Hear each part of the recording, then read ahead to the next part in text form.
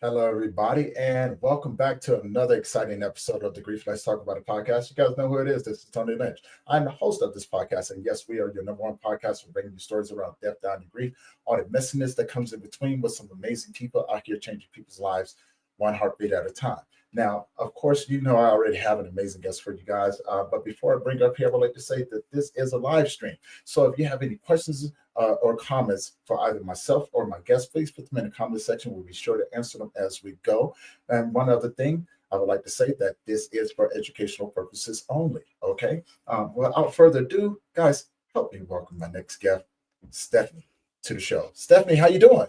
I'm well. Thank you so much, Tony, for having me. I'm so excited to chat with you. Thank you so much. I'm looking forward to this. You know, it's ever since the last time that we talked, I was like, I can't wait to just have her on the show and just have this conversation. I think it's going to benefit a whole lot of people. And for the people who are tuning in, I would like to say, if this is your first time, do me a favor, head on over to the YouTube channel and hit the subscribe button for me. And that's just going to help us grow and get more content out to more people. Now, back to you, Stephanie. Now, before we get started, introduce yourself to the audience. Sure, I'd love to. Well, welcome everyone. My name is Stephanie Carmody, and I am the host of Second Act Sessions, a new podcast that I just launched earlier this year because I'm in my second act. I'm finding myself navigating life after divorce. I don't have any children.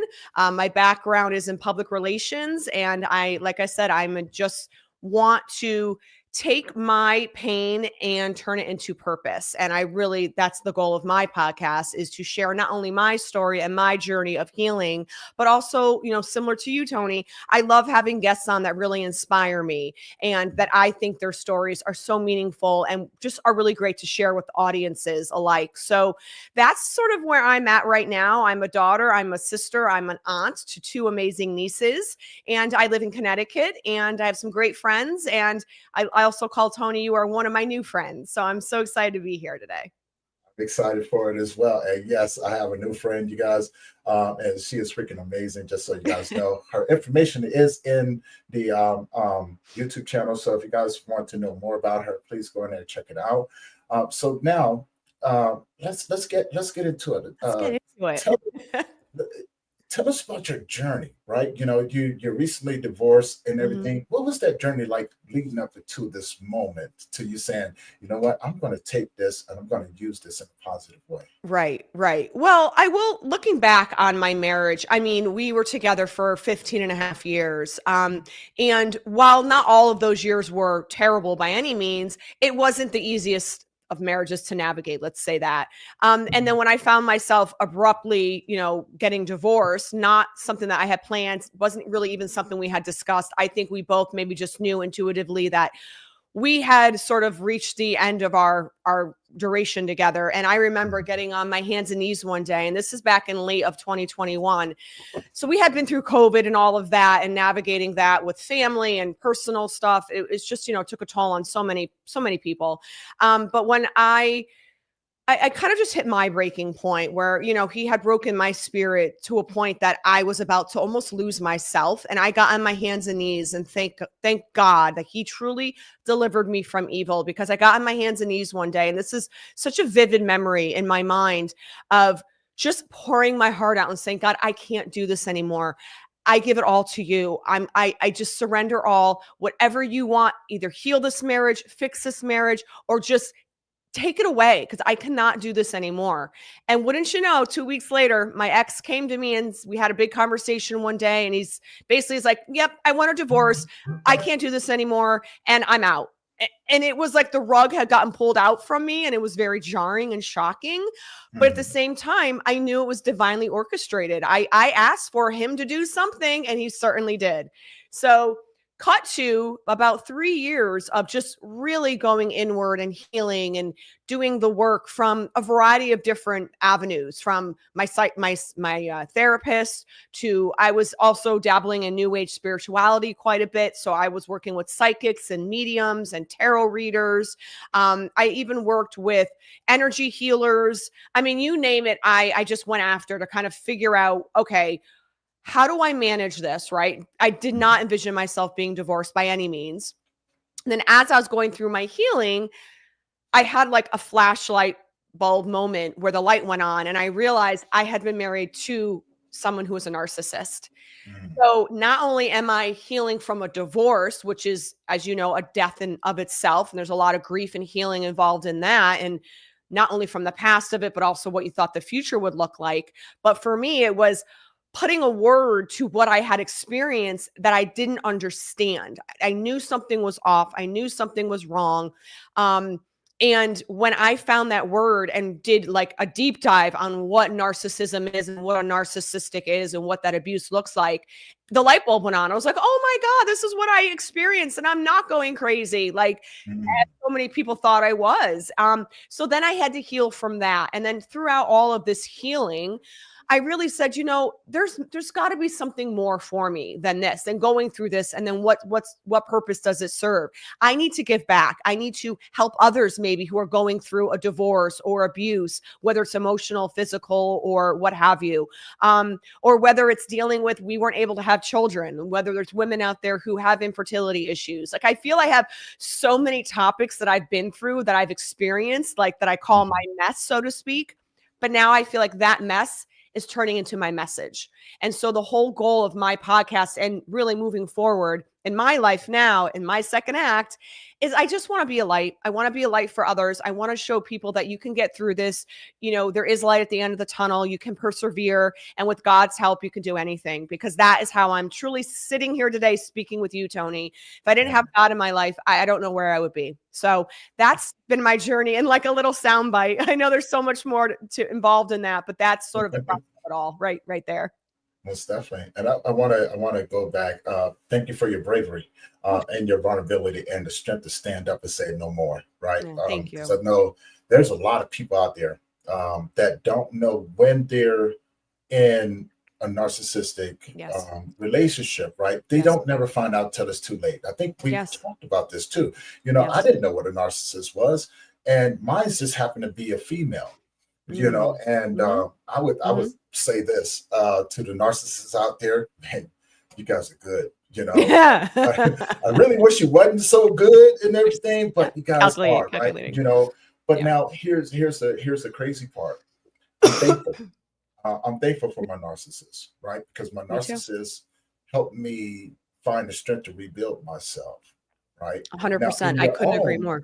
Right. And it's crazy how that works out, isn't it? Right. The people that do the most damage with us teach us the most valuable lessons. Yep. I couldn't agree more. I think God does put us through trials and tribulations. No human on this earth is going to get away scot-free, right? Like, we're all going to have something, some worse than others. I mean, I look at my story, it's nothing compared to even yours or even some of your other guests that I've recently listened to. But we all have something. And I think what the difference is what do we do with it? Do we just crawl up in a fetal position and hide in a corner the rest of our lives? Or do we change and make it impactful to help yourself, to help others? Because we only have this one life, and it's really, truly what you make of it, right? And so I also say I have no regrets, because everything I've been through, good, bad, and the ugly, has gotten me to where I am now. So if I were to change one thing, maybe I wouldn't have my podcast. Maybe I wouldn't even be the type of person I am now, because I had to go through all that healing. And it wasn't just healing from my ex. I mean, and to your point with narcissism abuse can exist in friendships, in families. It's not like a romantic thing necessarily, because looking back now that I know what it is and the healing I've done from the narcissism, is I have seen friends that were bullies, and that's a form of narcissism. And I've had a lot of friendships that I have had to step away from, or God has taken me out of and just block them from me, because for his protection, obviously. But that is, narcissists are their own breed. Let me tell you, they are their own breed. I really wish people would walk around with signs. Exactly. I'm a narcissist, easier, right? Stay away. At least give me the opportunity to be able to step out of your way. Please, just let me step out of your way. No, I agree. Just like you said, it's those challenging situations that we're put in that help us develop. I had someone ask me a long time ago, would I change anything? And I told him, I said, no, I really wouldn't. right? No Mhm. matter what my life looks like, it may sound like this huge tragic thing, Right. but I had a blast. Like it wasn't Yeah. always like that. There was No, of course. I had my ups and downs, and but had I not gone through it, I don't think Mhm. I would have met the people that I've met later on in life. Yeah. And you know, and they all not all of them are with me anymore. And that's totally fine, you know.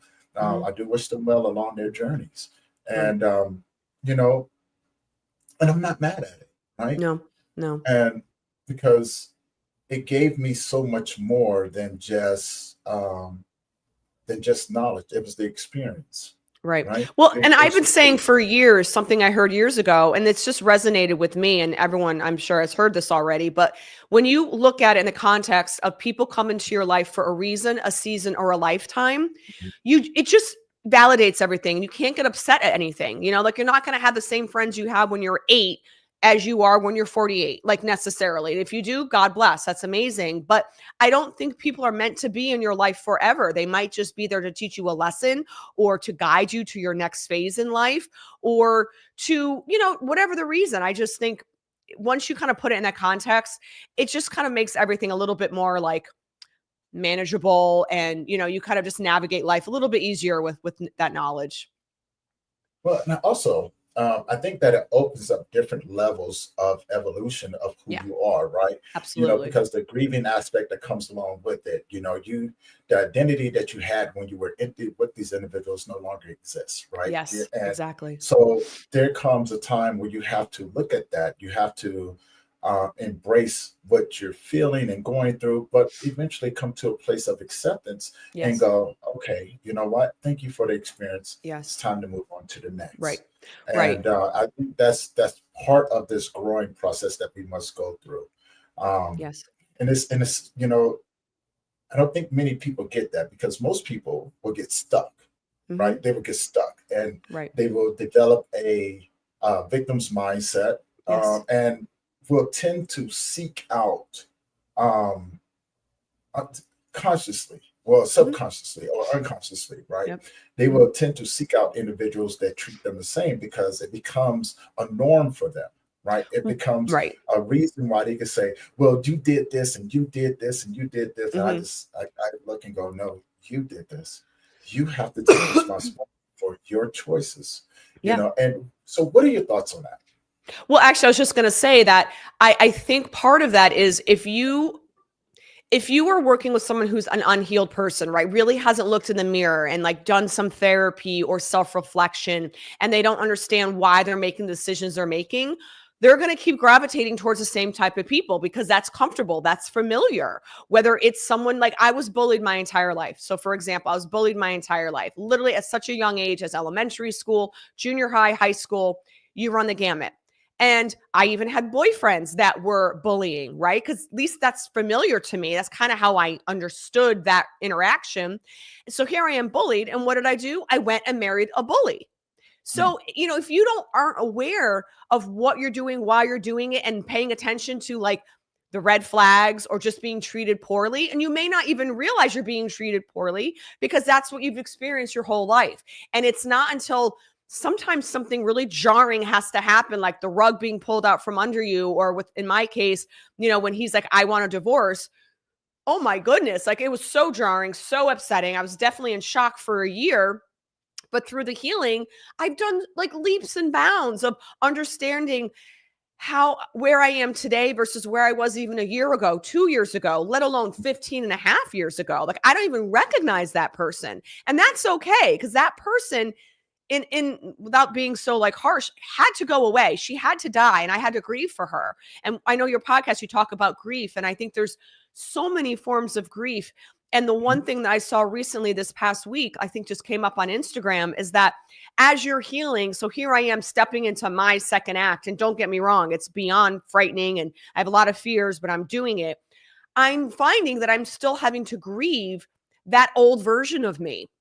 the Mhm. old version who was in that marriage, or who was back in my public relation days, or who thought was going to do X, Y, and Z. Like, I'm grieving on so many levels, right? And so I feel like the grieving process, I don't know, maybe it never ends or just comes and goes, but we're always grieving something. But I think in that grieving, that's where the healing comes in, right? And that's where the Yeah. knowledge, and that's where you are able to persevere, and there's something bigger and better waiting out there for you with God's help. And so that's sort of kind of my take on it. And that's just my experience. And, I'm not a therapist by any means, but going through what I've been through, I think in my way makes me an expert on those topics. Right. And here's the thing about grief, right? Everybody's going to experience it their Yeah. own way, right? Yeah, So there's no exactly. right or wrong Yes. way to look at it, except from the perception of the individual who's experiencing it, right? Yeah. It is your journey. That's the Mhm. one thing about grief when they say that it's a lonely road, right? And it's a personal road, and Mhm. that's true. It is Yeah. very personal, Mhm. right? It's just like some things that I've gone through. I can speak Yeah. to from some of it very, very in depth, and some of it I'm still a student of. And that's the beautiful thing. Interesting. I will always be a student of this because I Right. love it so much. I We're love always learning. everything that comes along with it. I'm a curious guy. Me too. So when we talk about the grieving aspect, everything in this world that you will experience will come with a set of um, grieving Yep. levels that come Yep. along with it. Whether if it's Mhm. just like you said, getting rid of, having to kill off your old self in order for the new self to step Yeah. in. This is where people oftentimes are afraid to let go, right? Yes. Because no one wants to let go of the old self because it's safe, Yeah, right? exactly. It's Safe and familiar, comfortable, and you're used to it. That's exactly it. Safe. and when people are so used to having a safety net, it's really hard to rip that out, right? Because It people are is. like, what if I don't? What if I fall and I Right. and I hurt myself? Right. Well, you've been doing that your whole entire life. So what's the problem now, Exactly. right? Exactly. Exactly. No one ever wants to see the other side of it. Mhm. And I think for yourself, and even including myself and maybe some listeners out there, most of us are curious to see what's on the other side, Yeah. right? Yep. We're just curious to see what's on the other side. I know I've always been curious to see. Yeah. Does it come with its own set of challenges? It does, Right. right? Right. But I don't think it would be worth it if it didn't. Right. I agree. You Couldn't know. agree more.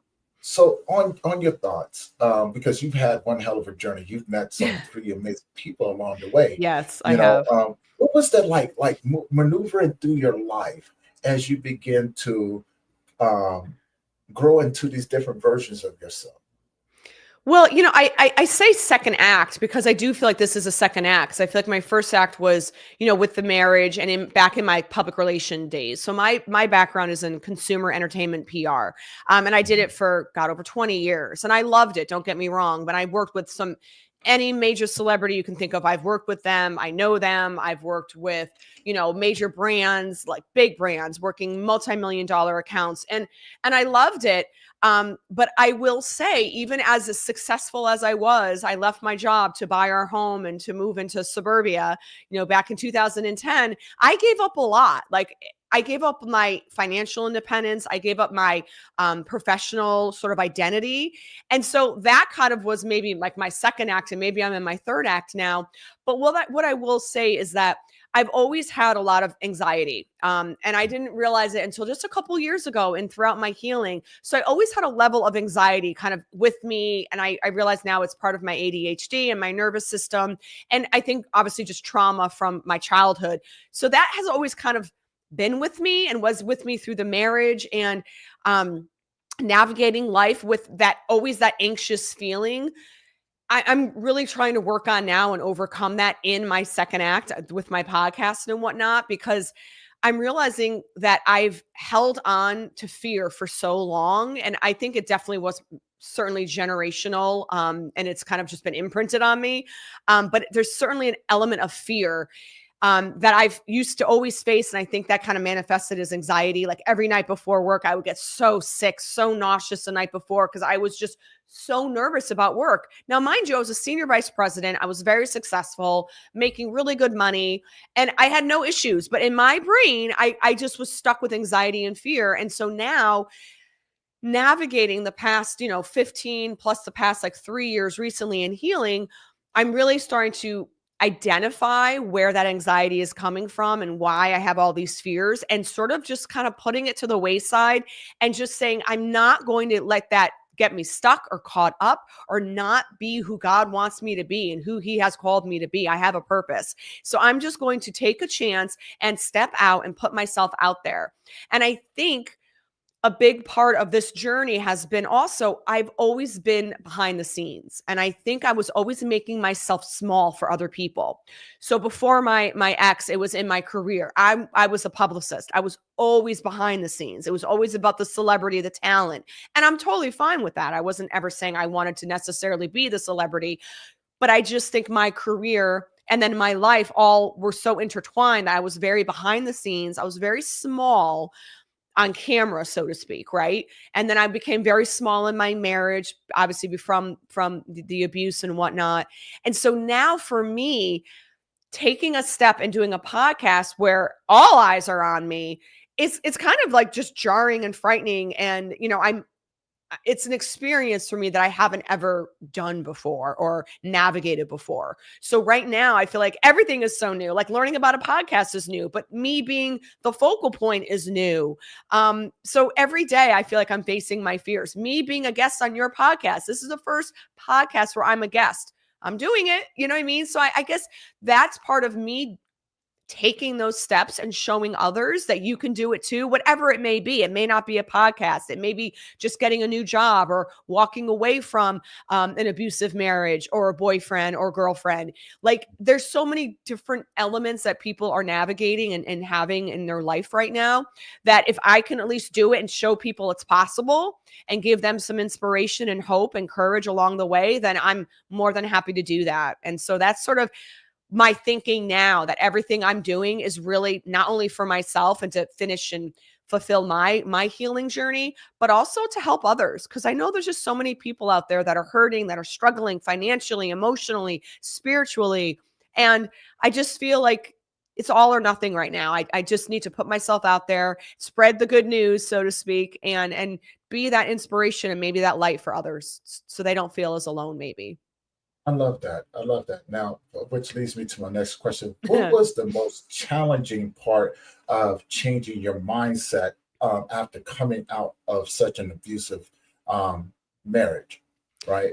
And what I mean by that is because some people, like I've come close once a long time ago. I was engaged for 24 hours. I remember you telling me that. That is so funny. Yeah, I was engaged for 24 hours, which was, it didn't really surprise me, but it did take me off guard.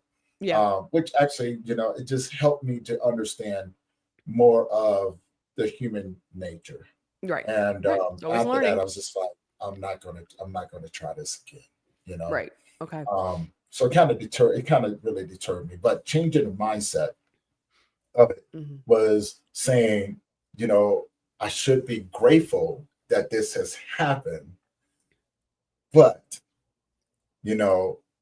how do I embrace the unexpected? Right.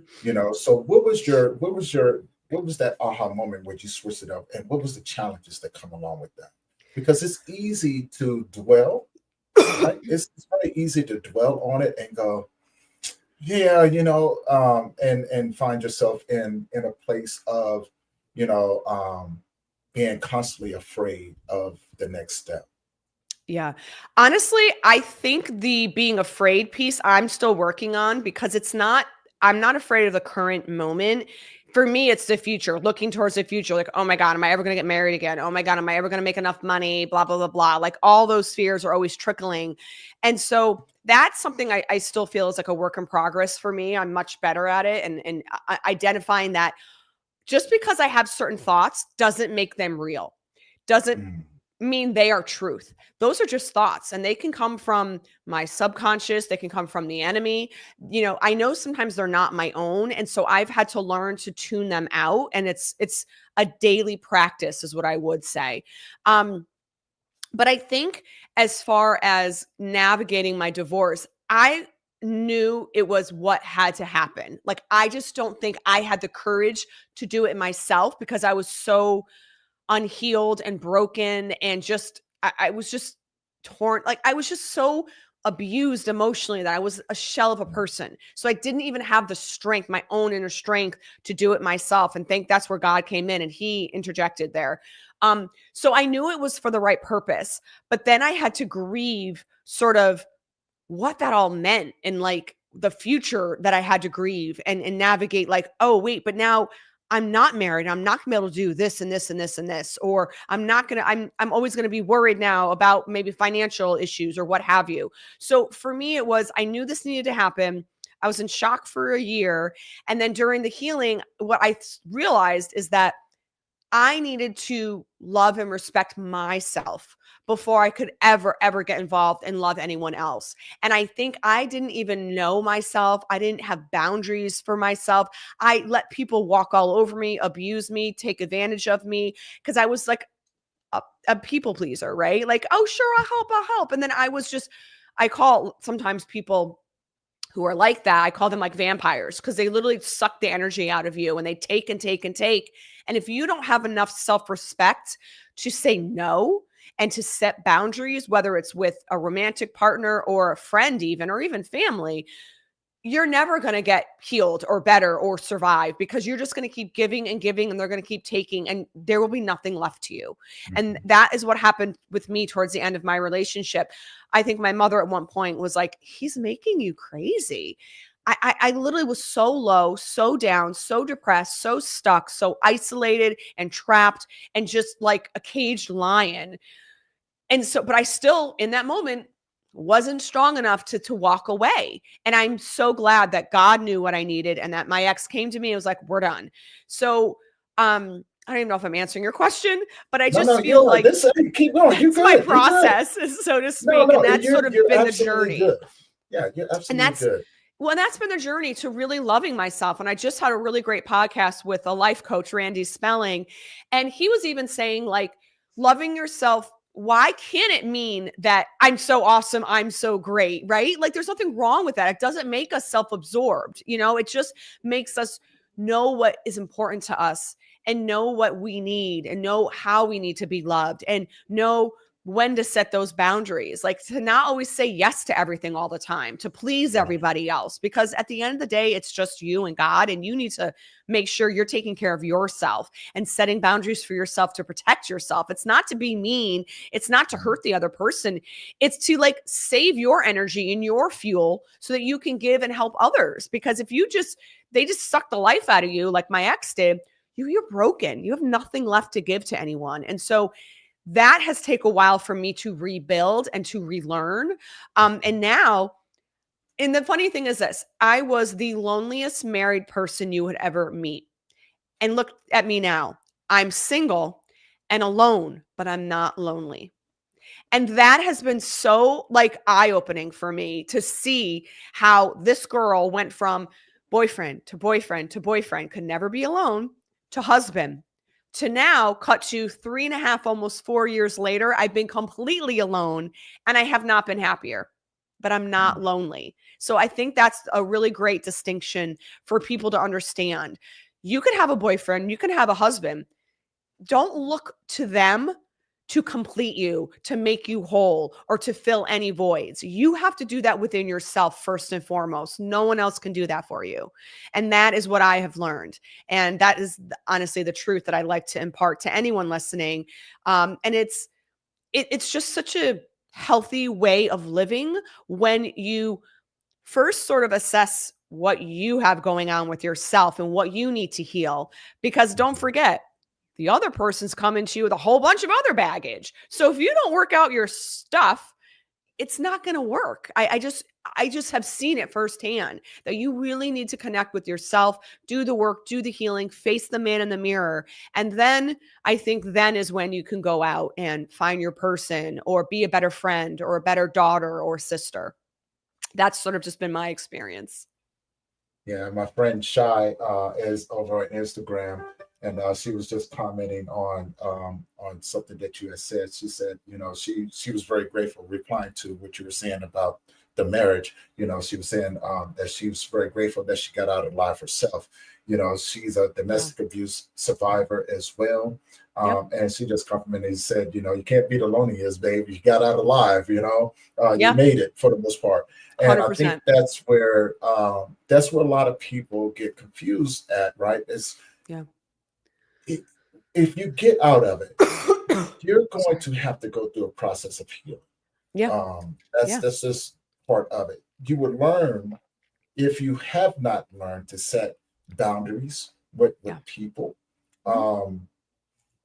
and pretty much just say, you know what, I am not this person. Right. I am not the abuse. Right. And you look at those things and you begin to develop a sense of love for yourself. Yes. I think a lot of times, and we're going to take a short break here real soon. Sure. And we're going to come back and answer this. But my question to you when we come back is, sure, you know, why is it so hard for people when they get out of these relationships to set boundaries that are healthier for themselves? Now, with that being said, we're going to take a few minutes. We're going to take a break. Guys, if you have any questions or comments when we come back for either myself or Stephanie, please put them in the comment section. We'll be sure to answer them as we go. And of course, we see you guys in a couple more minutes. All right.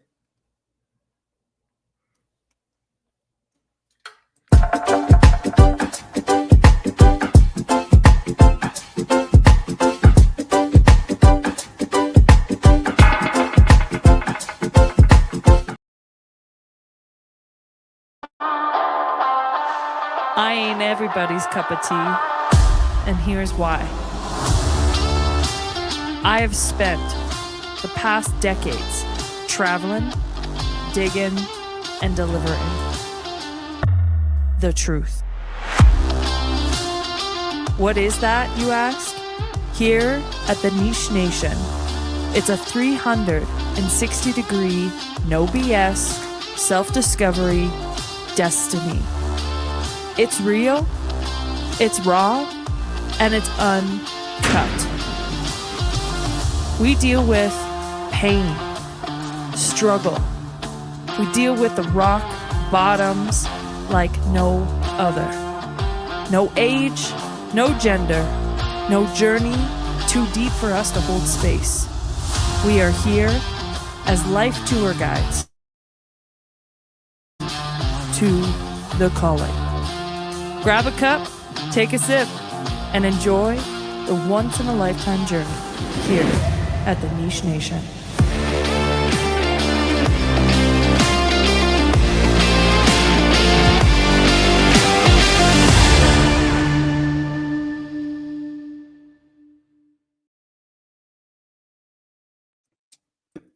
All right, we are back, and we're about ready to continue this conversation. So, the question that I posed before the break, Stephanie, was why do you think it's so hard for people to set those boundaries when they get out of said relationships, like healthier boundaries, right?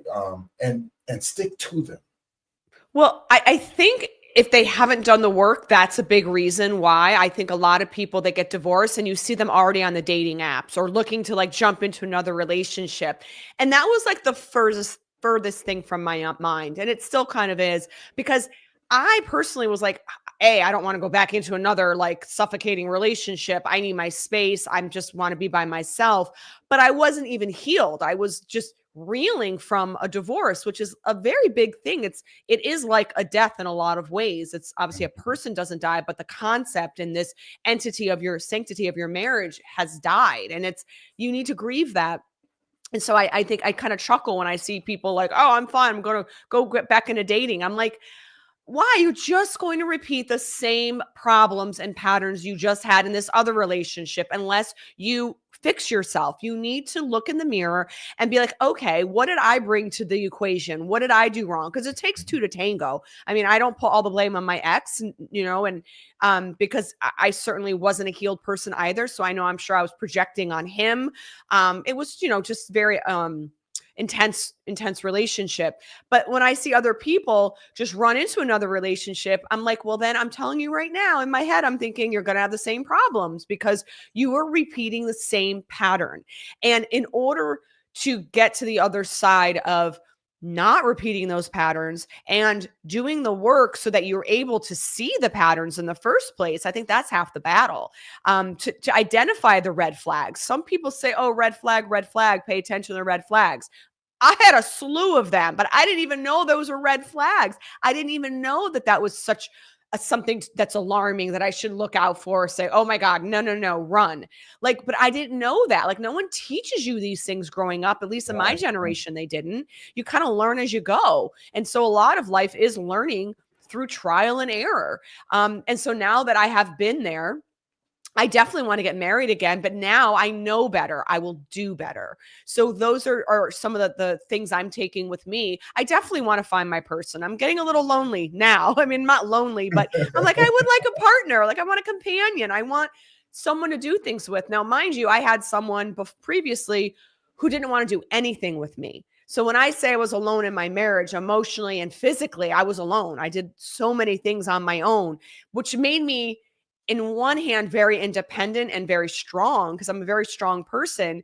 But on the other side, I don't always want to do things alone. I want a partner. I want someone to do things with. And yes, I have friends, but that's different than a romantic partner. But I will not go into another relationship until I feel like I have done the work. And I won't say fully healed, because I don't think anyone is fully healed, because we're always going to have new things coming up that we need to deal with or grieve or heal from. So, and healing is not linear, as we all know, but I'm just much more equipped now when I go into a relationship to know my boundaries, to know what I will and will not tolerate, to know how I need to be loved, and to know that it's okay to put myself first, to know that it's not all about the other person, that it is 50-50, and I can have a voice. I can have a say. I can be loved the way I need to be loved, and not have it be a one-way street, which is historically my relationships, even with boyfriends. It's always about them and what can I do for them and honor them and give to them and take care of them. Oh my God, it's exhausting. So now I want someone to take care of me for a change. I can say this. I deserve it. And I know I'm a great person. I'm a great partner. I'm a great friend. Ask any of my friends. They know I would take a bullet for them. And I will, go bend over backwards. But even within that, within friendships, I've realized and learned who to go to war for and who to bend over backwards for. I don't do that for everybody.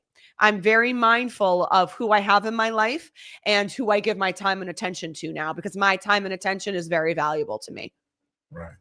And I think that's a great place to be, right? I've learned the fine art of detachment, and reclaiming my time, because my time is very valuable, and so now, which leads me to my next question. When it comes down to people recognizing those red flags in any sort of relationship, what are some of the helpful tips that you can give people and encourage them to actually really pay attention to it, right? And plan your exit strategy. Because I would say a narcissist would do damage to you that is almost irreversible if you're not prepared for it, right? And that can be a very mentally challenging place, not understanding, because a narcissist looks just like the average person coming down the street. They're really, really good. I give them that. Man, I give them that. So in your own thoughts, from what you've seen throughout this journey of healing, what are some of the healthy tips that you can help people? What I would say is Yeah, and what I would say then, if you don't even know what a red flag is, or you don't know that you're being treated poorly, or you're just unhappy, but you don't even know why, I would say listen to your gut, because there are so many times that I did not listen to my gut. And your gut is your guardian angel. That is the Holy Spirit that is in every human being, whether you believe in God or not. That gut feeling, that intuition, 9 times out of 10 is always right. And you should always listen to it. There's so many times where I just felt something was off in a friendship, in my marriage, in a relationship with a boyfriend, but I shoved it down. And what I would say for anyone listening, if you just get a weird vibe or a weird feeling or something is off, run or identify it or take some space and listen to it and talk it out, because that 9 times out of 10, that is the truth right there. Even before you know it with your mind and your brain, so to speak. Like, I would just say there's so many things looking back now in my relationship. I'm like, oh my God, I would have left if that person had done that to me now. Like, do you know what I'm saying? Like, you look back and you're like, what in the world was I thinking? But I wasn't thinking, because I was just going through the motions, because I feel like in this world, everything feels so scripted, and you do this and then this and then this and then this, and they have you so programmed from an early age in elementary school. They want you being like an assembly factory worker and not really thinking for yourself. So I woke up to all of this years and years ago with the world, and then I even woke up to that within my marriage and in my relationships of being like, wait, why am I just taking crap from everybody, right? And like, Right. I also understand there's 2 things. A narcissist is a whole other topic, right? I'm just talking about regular friendships. I think we all have to have a little bit more compassion and patience for people, because everyone's going through life on their own, in their own timing and on their own journey. You don't know where you are in your journey. You don't know where I am in my journey per se. So I do think we have to give people grace. However, I think when it becomes a pattern of abuse, or a friend that you just see the same pattern over and over again. So for example, say you want to get together with a friend and they keep making excuses, or, not having the time, or not asking you to go out, and you're the one making all the effort. I would just pull back your energy, and then let's see how they respond and how they act, because 9 times out of 10, you're going to see exactly what they think of you. And it's not good, because they will make time for everybody else but you. And I've experienced that with so many friendships. And so instead of giving to try to prove yourself, what I would say is pull your energy back. Just pull back. Don't reach out as much. You're not being mean. You're just protecting yourself a little bit. And that gives you time to see how they're going to react. Pull your energy back. Don't call, don't text, don't respond right away. Don't be so available. And let's just see how it shakes out. You will see exactly who your true friends are. Trust me. And I've done all those things. Now I listen to my gut, my intuition. I pull back my energy. I don't give. And I'm able to really see people for who they are objectively now by just doing those couple of things. So I love that right there, because you mentioned a couple of things. The first one was your intuition. That is one of the things about the journey of life that I really, really appreciate, right? I've been fine-tuning that intuition. I've learned to pay attention to it, right. And I heed the warnings. And I wait for people, right? I wait for people. I'll tell them, like, just so you know, this is what I see, or I see things that you may think that I don't see. Right. And a lot of times people never pay attention to me, and I keep trying to tell them, yes, okay. When I finally do, when I finally do reveal to you that I see these things, I don't want to hear anything, because you're giving me these keys, and I really prefer not to. But if this is the way it needs to be, this is the way it needs to be. I have no problems with that, And so I do that, but I'm so in tune with it, because it has kept me safe my whole entire life. It's kept me safe from making bad decisions. It's also kept me safe from like damage, like really, really bad damage, right? But it also gave me the opportunity to be able to accept. Yes. Hey, I can accept anything, what I'm saying, but I can accept it over here, and you stay over there. Exactly. You reap what you sow. All right. Right. And I have nothing to do with that. So Right. I just stay out the way. Right. You know Yeah. what I'm saying? Hey, by all means, this is yours. You go right ahead. Right. And the second part about it is, that you had mentioned, and this is where it can get pretty tricky, right? To stop doing certain things and see who your true friends are, right? Now, this is where I say it gets really tricky because I'm an introvert, right? And a lot of times I am so comfortable with being alone that hell, you can even ask my sister. There's times, my sister, I would go months without talking to my sister. Right. You think that would be kind of strange because she's my best friend. She's my baby girl, and I love her to death, right? Right. And she knows, but when we talk, it's just like where we just left off. I have friends that I've known 22, 16, 22, and so forth years in my life. So I have people that's been with me through certain phases, and seen the different versions of me as I've gone. Right. And it's the same thing, I don't talk to them every day. But when we talk, it's a great time. Right. I don't enjoy going out, so I do let people know that, like, don't call me to invite. My answer is probably going to be no. 9 times out of 10. It's going to be no. Just so I'm going to save you the trouble of doing that. I don't do clubs. I don't do bars. I spend a lot of my time either reading, thinking of ways of being creative. And so, but I do have those friends who like to go out and things like that. I mean, when it comes down to fishing, you know what I'm saying? Anytime, right. Yeah, I'm on top of it. You want to go fishing? Come on, let's go. You want to go out into the woods and do some camping? Let's go. Right? It's things like that that I said you have to be really careful of, because I think it depends on the individual that you consider a friend. And the reason being, I consider myself until you make me not, and what that means is that I'm a very loyal individual. Me too. Until you betray my loyalty. Yep. Then after that, I got nothing else for you. Yeah. I think in my past, I took until I hit my breaking point, and then you're dead to me, which is also very extreme. So why did I have to take and take and take for so long? So what I've learned to do is not deal and take and take and take, because that's not healthy either.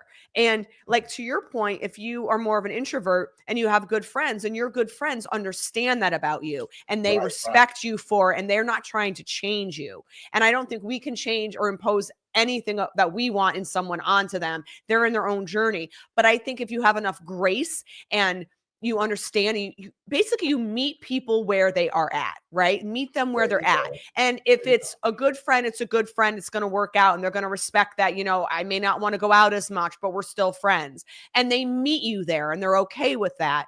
But then you have the other friends who aren't friends. They're fake. They want to use you. They want to take you down. They're threatened by you. They're jealous of you. Like, I had this one friend, man, I look back now, and she was a horrible friend, and I love her to death to this day. But I'm like, what was I thinking? She was just awful. She was mean. She was nasty to me, but I kept taking it because I wasn't healed yet. I didn't even know that this was wrong because I was so unhealed. So that's sort of like, to your point, that I think everyone is so different, and that's okay. That's how God made people. That's how the world goes around.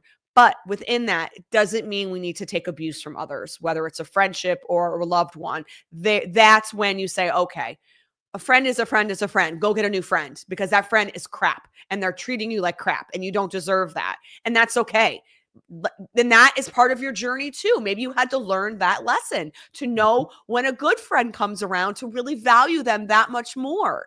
And I don't have many friends. My parents are always laughing. Oh, Stephanie, it's because you're getting older. When you get older, you don't have as many friends. And I'm looking around being like, why are my parents always right? Because they're always right. Like, I'm like, they're so true. I have like 2 friends. Like, I have other acquaintances and friends, but on the daily, it's like 2 friends. And I'm so happy with my 2 friends. Like, I don't care. I'm not fake. I'm not someone who cares about having friends to have friends for a connection, or that's not me. I can't do that. I have no time for that. I have good friends, and I'm very thankful and appreciative, but do I have a lot? No.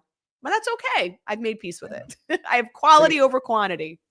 I like that too, right? And then there's another side to it as well that I want to touch on, right? Yeah. Because I've seen it's and again, I'm only speaking from the things that I've seen, and you hit the nail on the head. Everybody's journey is different, Yes. and not saying that I don't appreciate the journey that I've had to walk. I do. I appreciate every step of it, right? As crazy as it may sound, as Mhm. crazy as it may sound, Yeah. but it leads me to a quote that I was watching Pirates of the Caribbean, Oh, and Johnny Depp was talking to the guy with the beard and yep. everything. I can't remember his name right off the bat, but they was talking about loss. They had just lost another good friend of theirs, Ugh. and I've lived by this philosophy Mhm. once I've heard it because it made really good sense to me. The guy says, the world has changed. And Jack Sparrow says, no, the world never changed. There's just less of us in it. Oh, wow. Right. Interesting. Yeah. And I started thinking about that because I reflect on my life and I've lost a lot of friends along the way. Yeah. Really good people, Mhm. people that I would have died for and, that I trusted with my life. Yeah. And that's very rare for me. Very, Mhm. very rare. But when Mhm. you find it, it's a good feeling to know that you can actually trust people. Right. And Yeah. that doesn't come very often. It But doesn't. It doesn't. And yeah, I think also the other thing when you mentioned change, in this world, change is the only constant. And there is always going to be change and changing and evolving. And I think once you just start thinking differently like that, it makes anything you go through like a little bit bearable or understandable, or you could at least relate to it a little bit. Like, okay, I know I'm going through this, but you know what? I'm sure it's going to teach me amazing things, or I'm going to learn this from there and whatever. So, um, I just feel like once you sort of embrace that change is inevitable, I think it kind of just makes friends coming and going a little bit maybe easier or manageable, right? sometimes, Sometimes. sometimes, depending, right? Yeah. Because I do think at a certain point in your life, you begin to tire of the loneliness, Yeah. right? Yep. And Yep. because now here's the other side of it, right? Because this path that you're on, you never know what's going to happen, who's going to come No. along, and things like that. And No. the seasons change, Yes. right? Yep. It doesn't stop you from being a human being. It No. doesn't, right? No. It doesn't stop you from saying, you know what? I really enjoy this right here, right? Mhm. It makes me feel pretty good to Right. not have to be on this journey alone, right? Yep. And so you become hopeful, and then something changes. Mhm. Here you are again. But the other side of it is that you can be grateful, Yeah. right? You can go, thank you. And that's one thing I have learned is to say thank you for your time. Thank you for the lessons Yeah. that you have taught me. Yep. And you can only pray that you gave something back to that individual Right. that they will forever be thankful for, Yeah. right? Maybe Right. they'll remember you. Maybe not, right? Right. Maybe you just never know. Maybe No. this is just part of life. Right.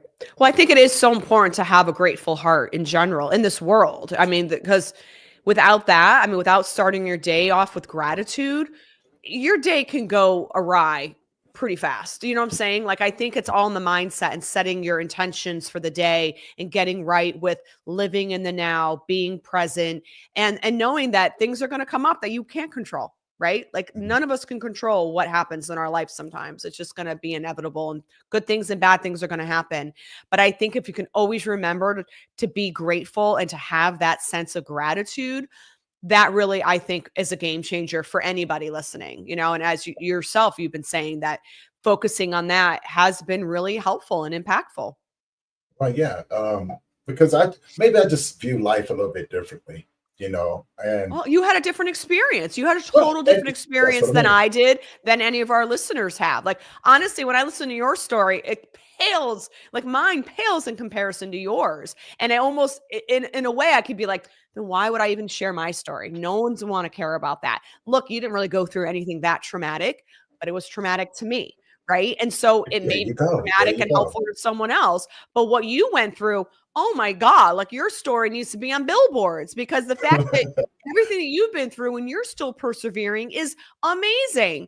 And you may impact so many other different type of people than maybe my audience. But it's the fact that maybe not everyone who has been through this is speaking about it. And I think There that's you the go. difference, There that you you and go. I are brave enough to share our stories and be that vulnerable and put it all out there, so to speak, just in the hopes that it helps someone else.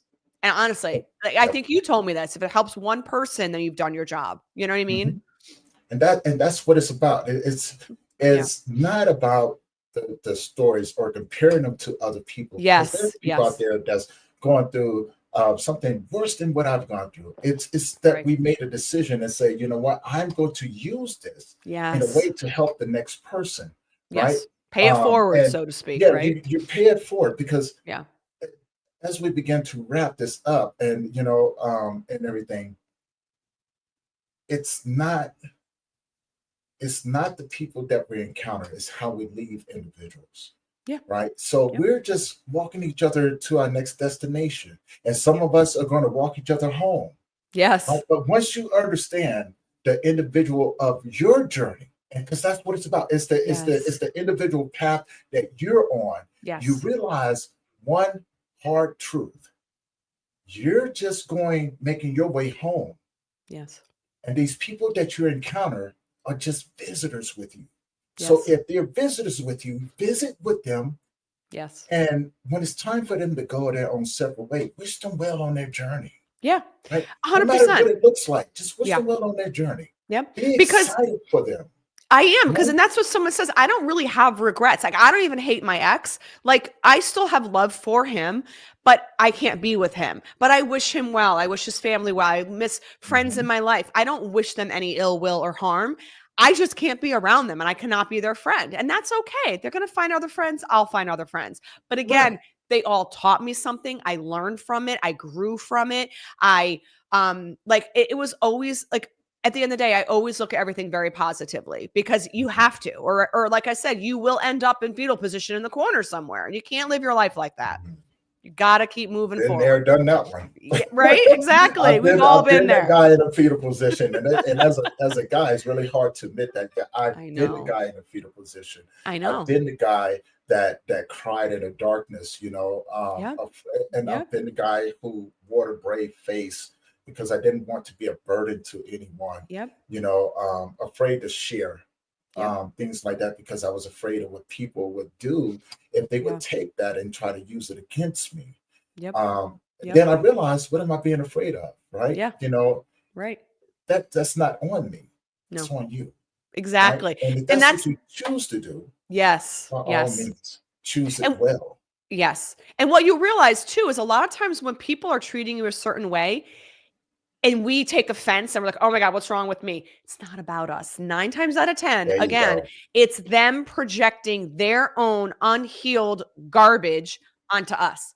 And so now I'm able, through all my healings to date, I'm able to see that and say, okay, thank you. Thank you for showing me that. Thank you for showing me that, because now I know how to handle you, where to place you. And I understand where you are on your journey. And like, there's a couple friends that I see, and I know they're still in it in certain topics and whatnot. And I just give them grace. I'm like, you know what? Don't take it personal. It's not about you. This is their journey, and they're not being a bad friend. You are just maybe wanting more or expecting more, and you can't do that. That's where they're at right now. They're going to meet you where they can meet you, and that's it. And if I'm okay with that, and it's not, I guess, affecting my boundaries or hurting me, then I'm fine with it. But it's taken a while to uncover that and understand that. And now once you do, and you see how people are, and you see if they're projecting, if you see they're unhealed, okay, give them some love, compassion, and grace. Set your boundary, whatever that may be, and then go on your way. You'll find some other friends too. It's all a process. Yes, it is. And as we begin to wrap this up, I have another meeting. It's going to be sure, go. Jumping on this one as soon as out there, but that's totally fine. This is the day in life of Tony. right? I love Always it, got Tony. something going on. But as we begin to wrap this up, Stephanie, first and foremost, I want to say thank you. And I know we didn't even scratch the surface on all of it. Tell people how they can find you. Sure. So secondactsessions.com is my website. And actually, all of my podcasts are on my website. You can also find me on YouTube, again, Second Act Sessions. And all of my Instagram, Facebook, and all my other socials are Second Act Sessions. So find me online or on my website. And I am a bi-weekly podcast, and episodes come out on Wednesdays. I love that. And we'll talk a little bit more after that. Now, one other thing. Sure. If Stephanie had a superpower, what would it be? Oh, superpower. For when I was younger, I always wanted to be invisible because I always wanted to hear what everyone was saying about me, right? And like be invisible because I just want to know what people are like saying and thinking and doing. I think that'd just be really cool. But a superpower now, oh God, I don't even know what my superpower would be. I mean, I'd love to fly. That would be fun. I love that. Something like that. I'm messaging.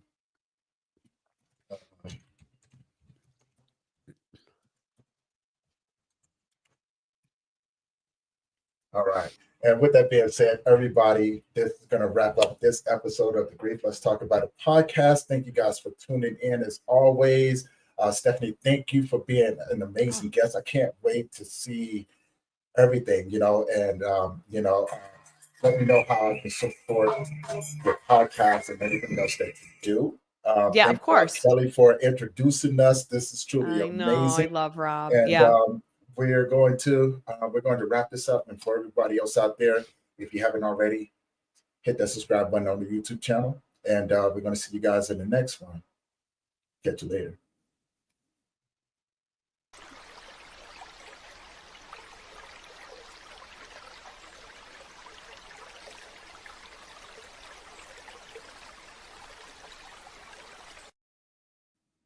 Okay. Got the end.